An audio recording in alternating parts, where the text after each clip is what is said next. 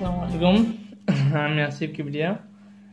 HSC test exam মানে HSC test এক্সামের আগে যে 1 মাস থাকে সময়, তা আসলে পড়াশোনা সবাই যেটাই হোক করা হয়ে যায়। তারপরে এখন 1 মাসে সবগুলো আবার বই কভার করতে হয়, একবার একবার রিভিশন দিতে হয়। আসলে 1 মাসে এতগুলো বই, 7টায় 13টা একটা আইসিটি কম আছে, তা এতগুলো বই কীভাবে কভার দেবো সেই সম্পর্কে আজকে একটু সামথিং একটু ধারণা। তা আসলে কথাটা, তা আমি বেসিক্যালি ধরে নিয়েছি যে 28 দিন, মানে 28 দিন আমাদের হাতে আছে এক্সামে 28 দিন হাতে আছে। তাহলে আমরা এতগুলো বই কীভাবে কমপ্লিট করবো? তাহলে 28 দিনে আমাদের কত ঘন্টা সময় হয়? 28 দিনে 672 ঘন্টা, আওয়ার্স,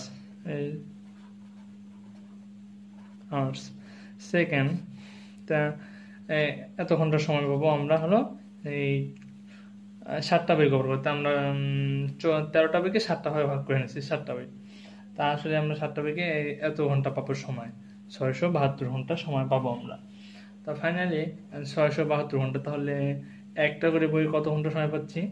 তাহলে একটা করে বইয়ে সময় পাচ্ছি আমরা 96 ঘন্টা। তাহলে এটাও ঘন্টা, একটা করে ওয়ান বুক, একটা করে বইয়ে এত ঘন্টা সময় পাচ্ছি। তাহলে এত ঘন্টার সময়, তাহলে কত ডে? 4 ডেজ। তাহলে একটা করে বইয়ে আমরা সময় পাচ্ছি 4 ডেজ, মানে একটা করে বইয়ের সময় পাচ্ছি 4 দিন করে। তাহলে একটা বই 2 দিন, তাহলে একটা করে বইয়ে জেনারেলি 2 দিন, মানে এটা আমি ধরে নিচ্ছি যে 7টা বই থেকে একটা। এখন কথা যে 4 দিন, তাহলে 4 দিনে আমাদের কত ঘন্টা সময় হচ্ছে? 4 দিনে এটা আর হলো এটা টোটাল ঘন্টা, তাহলে 4 দিনে এত ঘন্টা সময়। তাহলে আমরা এই যে 2টা বই, first part second part, suppose আমি যেহেতু মানবিক স্টুডেন্ট, তাহলে আমি মানবিক একটা বই দিয়েই তাহলে আলোচনা করি। তাহলে একটা বই এত ঘন্টা, তাহলে আমাদের 2টা বই শেষ করতে সময় হলো 4 ডেজ। দুইটা বই 4 ডেজ সময় লাগবে শেষ করতে। তাহলে একটা করে বইয়ে একটা করে বুক 2 দিন, তাহলে 48 ঘন্টা। এটা হলো একটা করে বই সময় লাগতেছে 48 ঘন্টা। এখন আসলে কি 48 ঘন্টা একটা বই শেষ করা সম্ভব? হ্যাঁ, সম্ভব। সেটা একটু নিয়ম, একটা সিস্টেম মধ্যে ফলো করলে সম্ভব। তাহলে একটু দেখা যাক। তাহলে আমরা বিষয়টা আরো ক্লিয়ার করতে চাচ্ছি। তা আসলে আমরা ধরে নিয়েছি যে 28 দিনে আমাদেরকে 7টা বই কমপ্লিট করতে হবে। তাহলে 28 দিন 672 ঘন্টা, আওয়ার্স। তাহলে একটা বইয়ের সময় পড়তেছে 96, তাহলে একটা বইয়ের জন্য 96। তাহলে ডে, এটা হলো ডে। তাহলে একটা বইয়ের জন্য সময় পাচ্ছি আমরা 4 দিন, ঠিক আছে, একটা বইয়ের জন্য। তাহলে ওয়ান বুক 4 দিন। এখন 4টা বইয়ে 2টা পার্ট, মানে একটা বইয়ে 2টা পার্ট, সরি ভুল হয়ে গেছে। একটা বই 2টা, ফার্স্ট পার্ট সেকেন্ড পার্ট। এখন ফার্স্ট 2টা, তাহলে 2টা বই মিলে আমরা সময় পাচ্ছি 4 দিন। তাহলে একটা বইয়ের জন্য সময় পাচ্ছি 2 দিন 48 ঘন্টা। ক্লিয়ার? হ্যাঁ, এখন তারপর আমি দেখাবো যে একটা অধ্যায় কিভাবে এত দ্রুত মানে শেষ করা যায়।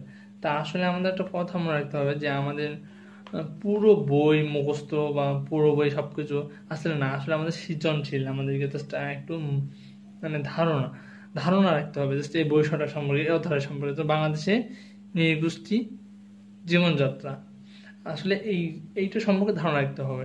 তা আসলে আমাদের সিলেবাসে যেটা দেওয়া আছে বা যে স্টেপ আছে ওইটা আলোচনা করতে হবে আপনাদের সুবিধার্থে। কারণ এখানে আমি এটা হাইলাইট করে রাখছি আপনাদের জন্য, নৃগোষ্ঠীর ধারণা।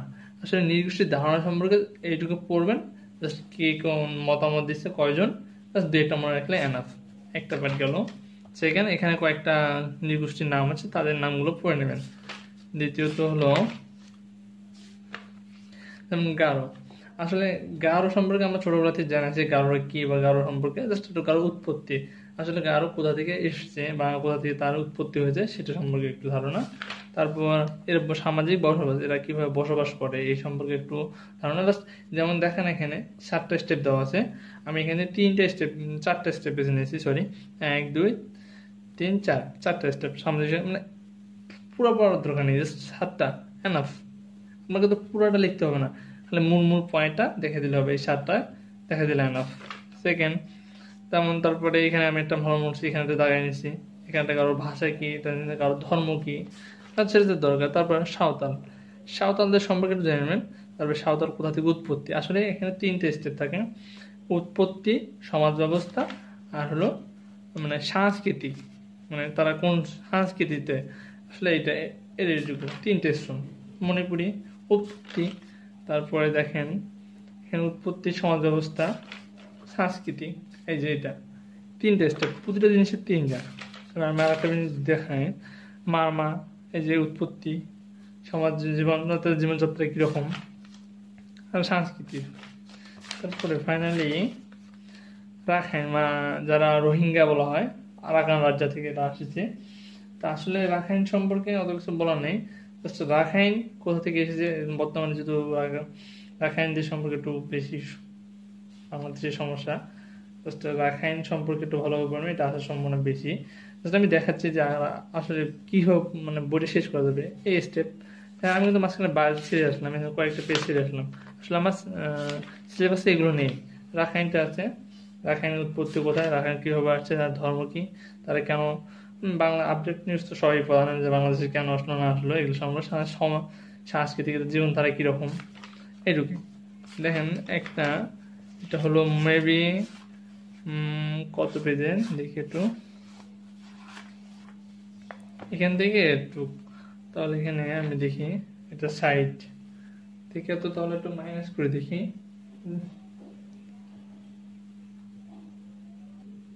আসলে দেখুন যে এখানে এটা হলো সাইড নম্বর, এটা হলো 61 নম্বর পেজ, 96 নম্বর। তাহলে এখান থেকে টোটাল মাইনাস করলে কত হচ্ছে হলো, তাহলে পাচ্ছি আমরা 63, 66 না 36,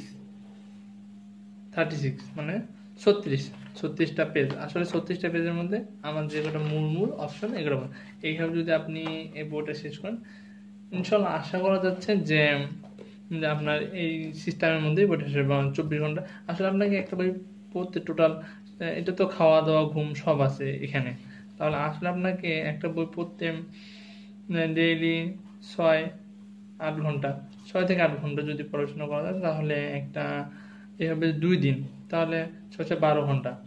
আসলে আপনি হিসেব করে দেখেন, 12 ঘন্টার মধ্যে একটা বই কমপ্লিট করা, দ্যাটস এনাফ। এর বেশি পড়ার দরকার নেই, কারণ এর বেশি আসলে আমরা এমন অবস্থা যে পরীক্ষার রাতে সবাই সব কিছু পড়তে দেয়, আসলে সেটা হয় না। আসলে আমার যেটা মনে হয় যে এইভাবে যদি মেনটেন করে, যা দিন ভাগ করে না, আমার এই বইটা এত সময় পড়লে এনাফ। ফাইনাল একটা জিনিস দেখা যাচ্ছে যে বাংলা, ইংরেজি, আইসিটি এটা সবার আছে, আর আমি যদি মানবিকের ইতিহাস, সমাজবিজ্ঞান, পরিণতি, কৃষি এগুলো আছে, এটা হলো অল। তাই এখানে এটা সবার জন্য, আর এই 3টা সাবজেক্ট। মানবিকের বা সায়েন্সের, মানবিকের বা সায়েন্স, কমার্স যাদের, তারা একটু নিয়ম মাফিক বা ডেইলি আমি 6 ঘন্টা পড়বো। আসলে আপনার 6 ঘন্টা যে পড়বেন, আপনি একটানা 6 ঘন্টা পড়ার দরকার নেই, সকালে 2 ঘন্টা, দুপুরে 2 ঘন্টা, রাতে 2 ঘন্টা, এইভাবে 6 ঘন্টা মিল করে দিলেন। আসলে আমরা বসি একটানা রাতে যে আজকে শেষ করে দিয়ে উঠবো, আসলে এভাবে পড়াশোনা বা এইভাবে হয় না, বা অনেকের হয়, কিন্তু আমার হয় না। তা আমার ব্যক্তিগত এক্সপিরিয়েন্স থেকে বা যেটা আপনাদেরকে দেখালাম, আর আমি একটা রুটিন দিয়ে দেবো আপনাদেরকে, একটু দেখে নিন কেমন। তা থ্যাংক ইউ আমার সাথে থাকার জন্য, দ্যাটস অল, থ্যাংক ইউ।